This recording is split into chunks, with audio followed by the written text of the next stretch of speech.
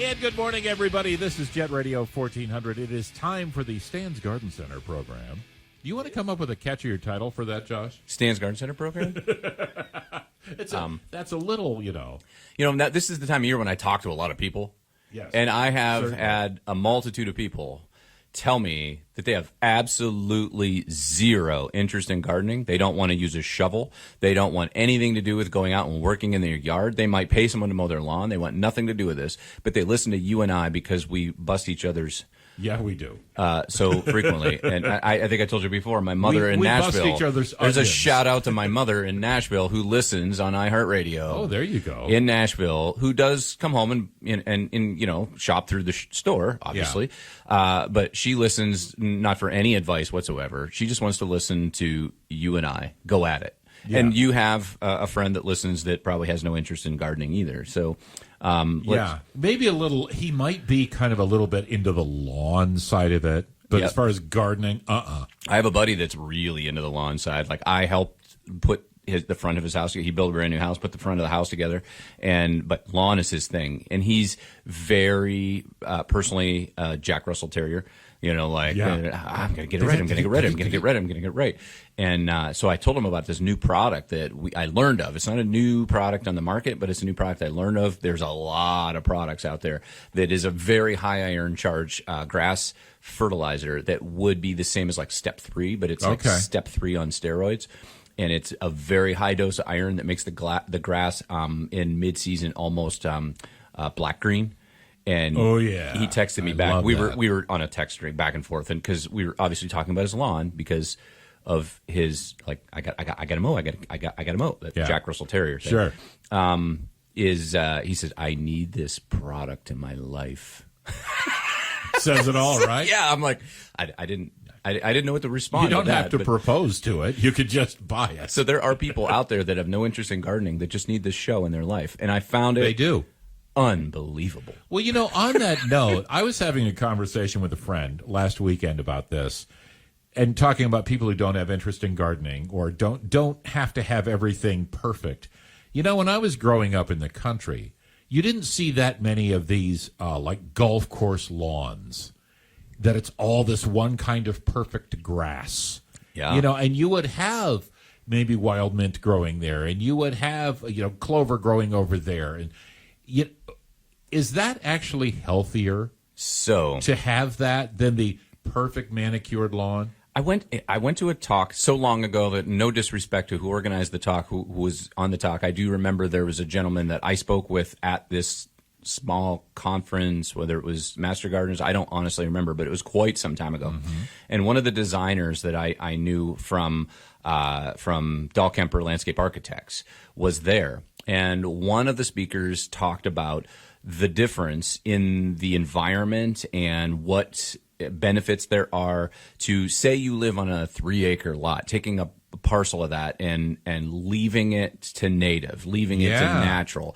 And that some of the pollution, whether it be phosphorus, which a lot of the feed companies have either polycoated and slowed the release of, so it's only a releasing amount that a plant can use instead of getting in our waterways, because phosphorus is one of the agitators to dead space in the waterways, where you get that algae bloom and things. Yep. That's, some of the open ground farming that we get erosion and runoff is causing some of that. So over time, I think our industry truly has tried to lend itself to being more, air quotes, green, literally. Yeah. And not being so just recklessly like, well, we need to do this. We need to put this phosphorus out there. Like they've been very, very conscious of, okay, look, we need to be careful how we treat this earth, because if we're going to continue to garden the way we are now, 15, 25 years from now, things are not going to be the same, and there's going to be some irreparable harm from this. Right.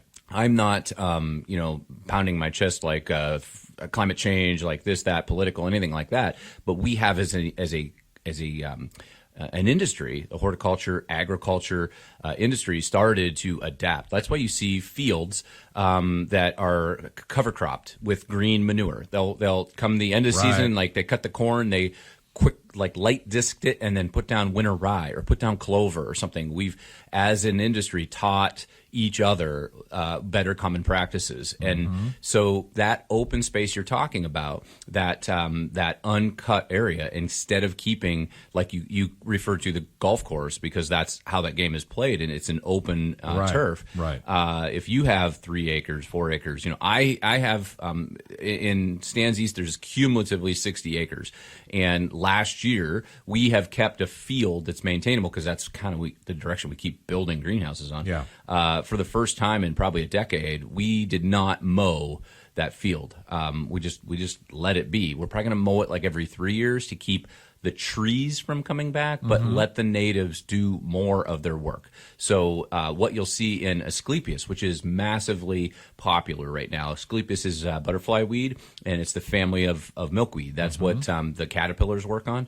So when we come in, say August, and mow, that gets rid of everything for even some of the chrysalis, some of the feed to bolster those caterpillars and stuff. We, in our reckless, just like we need to maintain this land mentality, kind of get rid of all that. So in production side of growing things in pots, that change in mentality, what you just said about getting away from maintaining that absolutely perfect, tidy. The irony is my good buddy lives in the sticks. Like 15 people a month actually see his property. No one sees it even driving by. So the fact that he has this gorgeous Augusta golf course lawn really means nothing to other than him. So, well, but Josh, sometimes I look at those Augusta golf course lawns, and to me, it's like the Kardashians of lawns. It's like God didn't make you to look like that. It's not even attractive because it doesn't look real to me. So I think there's a portion, just a section of every one of us that admires, I don't know what the adjective is, like vicious tidiness.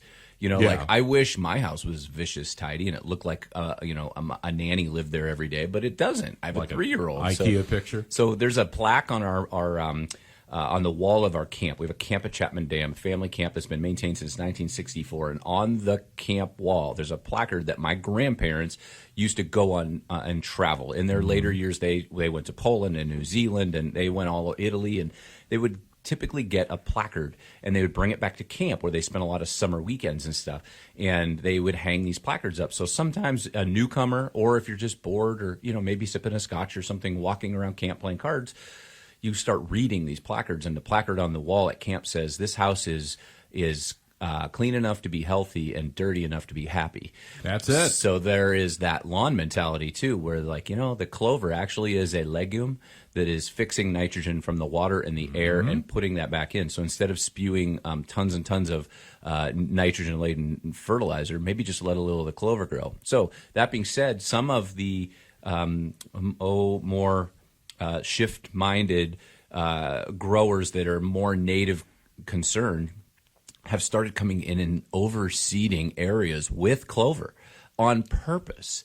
So you're also seeing there was a period of time that we did not carry much cover crop, whether it be buckwheat or winter rye or any of the clover. And now we're selling bags and bags of the pound for fall cover crop, even for the small home backyard garden. Yeah, they're getting okay, everything's kind of done. I'm starting to see some cool nights. They're going ahead and just laying down this cover crop so that it's nice green manure. It holds the earth. It actually, a lot of it fixes nitrogen and puts it back in the earth without a synthetic fertilizer. So everything out there, the information age, it can be harmful on one side and very beneficial on the other. And I think the information out there about how we manage the actual earth is important. Not meaning the earth as the round ball that we live on, but the land that we're itself. Turning, the soil that we're growing in. So I think that change in mentality. So that conference I went to showed pictures of larger estates and things that said, look, they used to maintain this whole front lawn, and now look at it. And they showed early, mid, and late season, and everybody on the pictures was like, ooh, whoa, that's really nice, because they went in and sowed patches of some natives, that Asclepias, that real bright orange. I love that. And in that area, they just had patches of some of the wildflowers that bloomed at certain times. So they were like, see, this area good for all sorts of things, whether it be the butterflies that are, some of them are endangered and their travel isn't, they're using this space that we used to maintain as really a static, useless green turf grass. Yeah. So they still had around the house, the area, for the kids to play. You can play soccer and stuff, this area, but they let it go fallow and actually work the ground into that native and more natural space that's more beneficial. So I'm seeing that more and more. When I drive around, I actually notice exactly what you're talking about. And I've seen some areas actually intentionally get put together. Like this used to be a formal bed, lots of mulch, couple of this, couple of that. The actual government is starting to lean on certain things that are kind of been a thorn in the side of invasive on the side of the barberry that really reseeds itself. Euonymus elatus, the commonly called burning bush, reseeds itself. You don't see that so much when you're looking like maybe at your doctor's office that's maintained every 3 weeks and they mulch and they weed and whatever. But when you get them planted anywhere near any open wooded space that those seeds can ignite, that plant is open air pollinated, meaning those seeds can pollinate themselves. They can be viable in them. So all of a sudden you see a woodland area that has Euonymus elatus just kind of growing on its own, and that wasn't the intent of that plant. Right. It's been used for decades, and they've now started to realize, like, look, we have EAC, Euonymus elatus compacta, growing in our national forest. That was never there before. Yeah. So they said, all right, enough is enough. So they've actually banned that plant. So if you're out there listening to, oh, I love burning bush, it's banned now. Yeah. I don't remember the exact date just because my mind is not as good as it used to be, but I want to say that it's like October 31st or something this year. You're not even allowed to sell it commercially in a nursery. So you won't even find it at stand stock this year. Wow. We had a few left over in the back. They're not even on the sales floor. There are neat plants that will fill that niche, though. Like, it's not without like cross-pollinating and everything. Yeah, they're truly natives. Aronia is one that is the common chokecherry. It gets bright red. It gets little berries that the birds like. Nothing that's actually a detriment to your landscape or your siding or anything like that. That bush is to birds what the Chinese buffet is to me. I mean, it's just like, I don't know about I'm that. going to town. The birds are even shaking their head. Nothing can rival you at the buffet. That's true. It's true. But I mean, birds do love it. And that's another thing. I mean, birds, bees, all these things. When you have that Kardashian lawn, they're like, I got nothing here. I get nothing from this. It's like you without lunch. It is like me without lunch. Very little to offer until I get my lunch. On the cultivated side of things, in a more formal arrangement, I was thinking yesterday, I actually thought about you yesterday, like, what am I going to chat about with Alan? And off the air is a totally different animal than on the air. True. Yeah. And one thing that came in, this is brand new. This is on your betting. You should do a Patreon for the bonus episodes of the off-air conversation. Yeah, like in summary. Well, if we could put on air what we summarize before we actually go on the air, you would hear. Yeah. Because we wouldn't be able to discuss that. We couldn't do that. We couldn't do that. So one thing that's came in that I thought, what, I'm going to talk about this. Like, it's kind of shifting gears to the bedding side. Mm-hmm. Now, bedding material is a little bit different than when we talk about herbaceous perennials, and you're talking about open natives. Those plants die back to the ground in the winter, and the snow cover comes, and what those birds and animals are picking for is the seeds that were left from those those naturalized areas. And in annual production, that's what you might plant in your containers, your window boxes, close to the house, that around your foundation planting to decorate and color the area. Not so much the perennial area. Perennials are plants that come back year after year. Your hostas, your daylilies, just to simplify. And we just call it color or annuals or bedding plants. Those are things that perform decorative purposes all summer long, and then first frost, done. That being said, I know some people out there probably got nipped by the frost that we just got. That was a tricky one for a lot of people. It's one of the reasons over the decades and decades we kind of caution that usually Memorial Weekend is the start of things that are tender, like the bedding plants we're about to talk about. So tomatoes, everybody wants to get their tomatoes going, but they're the most prone. That leaf is the most prone to in the vegetables for cold temperatures. They hate cold temperatures, not just leaf, but even cold ground, wet ground. They hate it. Right. Peppers, zucchini, and cucumbers, just as prone. They will go south in just a couple hours of temperatures like we had. What was it, Wednesday night? So they really don't like that. But that soft, tender material. When I was walking around the garden center a little bit yesterday, I thought I really got to talk about Garvinia.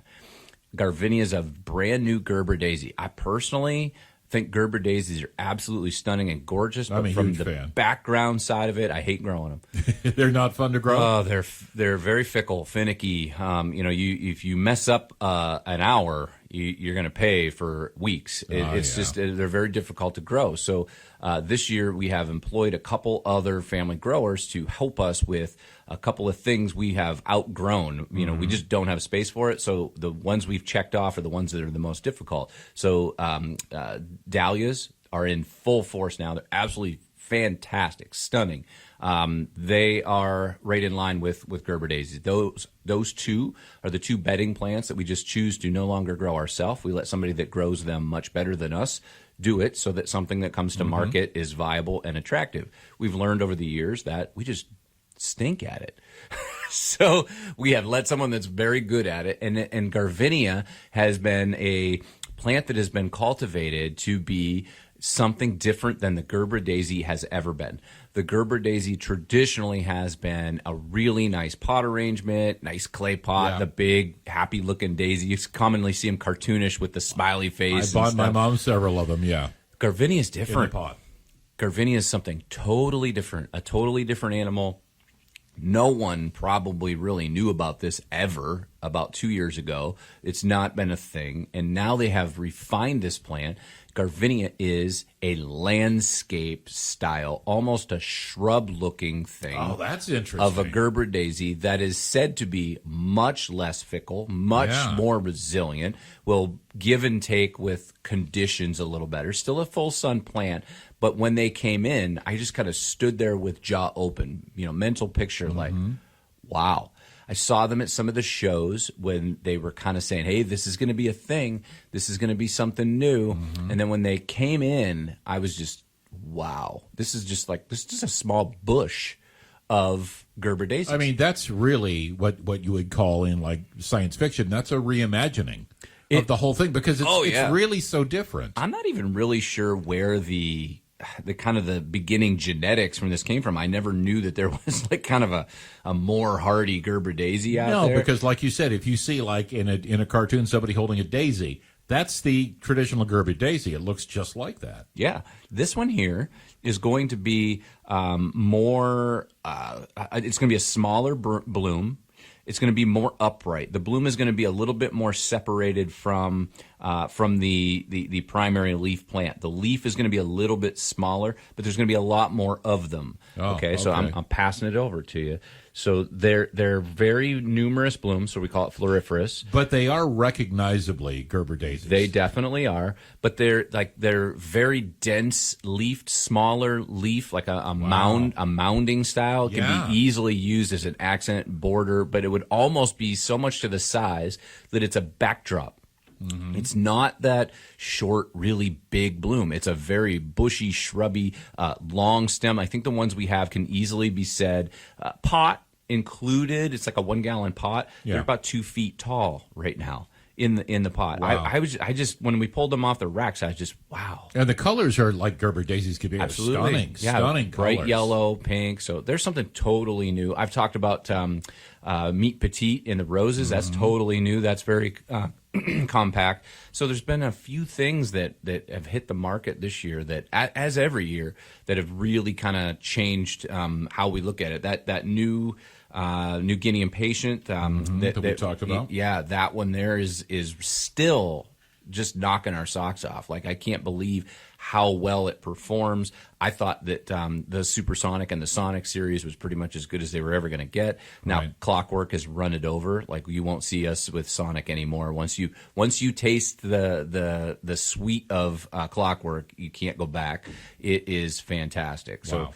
there's that side of things. That's kind of the mode we're in right now. Perennials has definitely been a really nice crop. I've talked to other growers, the herbaceous perennials that we were talking about, whether, it's the right now, the hardy salvia is growing beautifully. It's in full bloom. The creeping phlox is kind of phasing out. That's the stuff that everybody loves early in the season, that big, that color carpet that you'll see as a mound, that's kind of phasing out. You're starting to see things in bloom in the perennial side, like a stilby, that fall spirea. They're absolutely stunning. You're starting to see a little bit of bud set on the heuchera, which is your coral bells. But I'm really proud of our perennial crop this year. They really look good. You're starting to see some foxglove blooming. They are literally hauling trailer after trailer, shipping cart after cart to west. So if you're a perennial gardener, what I commonly recommend you do is frequent shop. And that's because if you're kind of new to say, and this happens as the gardener ages, I've noticed. We used to plant a whole bunch of marigolds here. Pick your plant. Begonias here. We used to plant a whole bunch of color. And now we want to use up a little bit of that space because it's getting hard for us to maintain that much planting every year. Yeah. So we want to get some perennials. So perennials are generally different in the sense that when you plant a begonia, it blooms from the minute you plant it till the minute it freezes in the fall. Blooms constantly. Perennials generally have a window of time that you're going to see that interest or that color, whether it be the creeping phlox is really early, then you're going to get something a little bit later. Then, midsummer, you're going to start seeing your lily things like your daylilies and your Asiatic lilies. The Asiatic lilies and the Oriental lilies are on the bench now. They have fully rooted and they have some huge bud set with no open. So if you want to get on board with getting that before that crop goes out the door, that material is really looking nice as well. With great color on everything this year. Just the way the season went. Talked to other colleagues in the industry, and they're like, "Yeah, our perennials are sharp this year." So even around here, I've noticed, even with wildflowers and grass, something about the way this season went. Colors are deep. Yeah, they're really deep. Yep, yeah, it is really nice. Even some of the trees, like we saw some of the crab apples, like that, pinks are really dark red. Just the way the weather went, it seems to be. I think it's delaying our bedding install. Like some of the gardens may still be a little moist. We had some dry time, but if you think you're going to get some of that vegetable material in, you might want to get it in before tomorrow because it looks like we're going to get some hits of water. Right. So that's going to water it in. And then what I looked at this morning real early is we're going to see a little bit of passing scattered shower stuff today. We're probably going to get a little bit more water tomorrow. So if you get a bunch of stuff planted here before you get that rain, and it waters it in, takes a good deep water set, then it looks like 10 days of I'm just paraphrasing what I read, like 74 and sunny and lightly breezy. I have to say this, you got a cameo appearance on the Sam Catania show this week. I do? Because Sam said he was listening to the show last week, you and I, and, Sam's a very curious person about the world. And he said, I'm listening to the show and Josh is talking about the weather app he uses, and I thought, who would know better what weather app is reliable than somebody who grows stuff? I watched the weather app. And he immediately downloaded it. Yeah. Because you recommended it. I have, honestly, this is absolutely no knock whatsoever to the local meteorologic staff. I have no idea where the information comes from. It could come from, I have no idea. I just know, and someone told me, and it literally, 8-9 years ago, hey, you ever saw Weatherbug? I have really good luck with Weatherbug. It's really accurate. So I have a funny story about Weatherbug and the weather. And Sam's absolutely right as far as, and I appreciate Sam subsidizing part of the show. Yes. We're all one big family. Shout out to Sam. Use Sam Catania Painting because he knows the weather. He does. And he's got to rely on it too, obviously. Wait, did I say that right? I know his ads are like. You did. You don't have to come through the wall to say it. I should, nor will I. I'm not capable of coming through the wall, but I should pay homage to his ads and say, Sam Cat. All right. Yeah. So you get it. So Sam's going to be call in. Shout out the number because Sam's he's on the phone right now. He probably is. So when someone told me about this app, So Wednesday night was crucial. We actually had a lot of things at risk because we have our best foot forward in order to do the business. So we're worried about soft, tender leaf things, the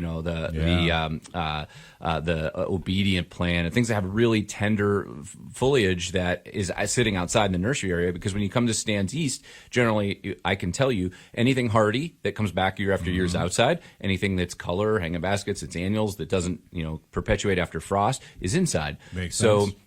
It's pretty much the line or the division. So I went down about 4 a.m. on Wednesday night and just started sprinkling water. That's one way, and actually turned on the fertilizer because I thought, what? Fertilizer's salt. So I just about 4 a.m. just got everything wet, trying to protect it from getting that actually white frost that when the sun comes up, then it actually makes a bad burn. Not only is it cold, but then insult to injury, the sun comes up and magnifies that frost. And as it thaws off, it causes a serious amount of leaf damage.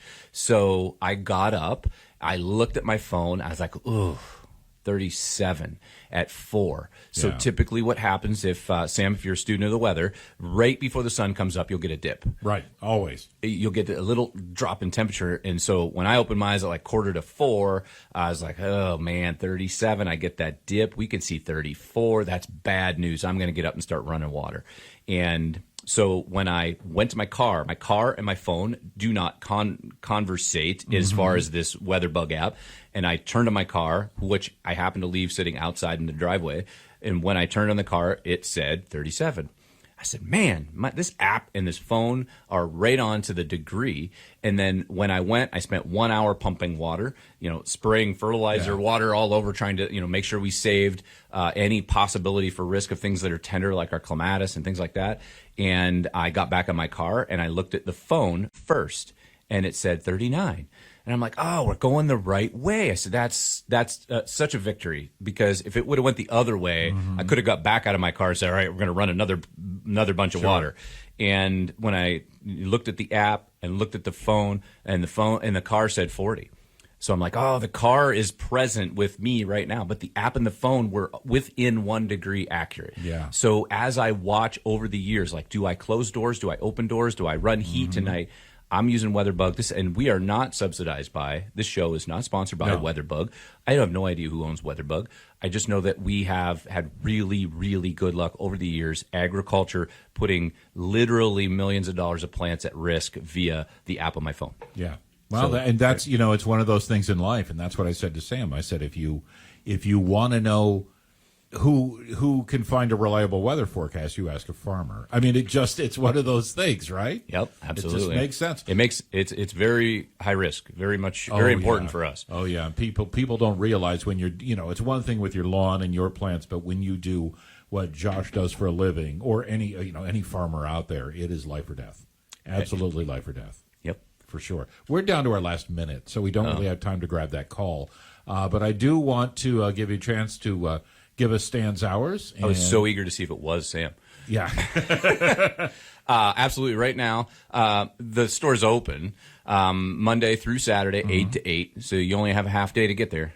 And that's right. And then 9 to 6 on Sundays. So only short hours on Sundays, 8 to 8 every other day. And that's the same at East and West. Right now, going on, I'm going to be like the car salesman, Thursday through Sunday, every day we're open. We really stuck our neck out and we grew 10,000 pots of coleus. It's Coleus Fest. Oh, it is. We're going to have some hours with a food truck doing barbecue, Brady's Chuck Wagon on Saturday and Sunday. There's going to be a little bit of food there. It's not, we're not putting you in the dunk tank or anything, but we put a heck of a lot of coleus on the bench, and it's just to let you shop through. And all I hear all day long, you can put in your entry for a $100 gift card to put your favorite coleus on a thing and just put it in the bucket, and we draw the $100 gift card. And all I'm hearing all day long is, I've never seen one like this.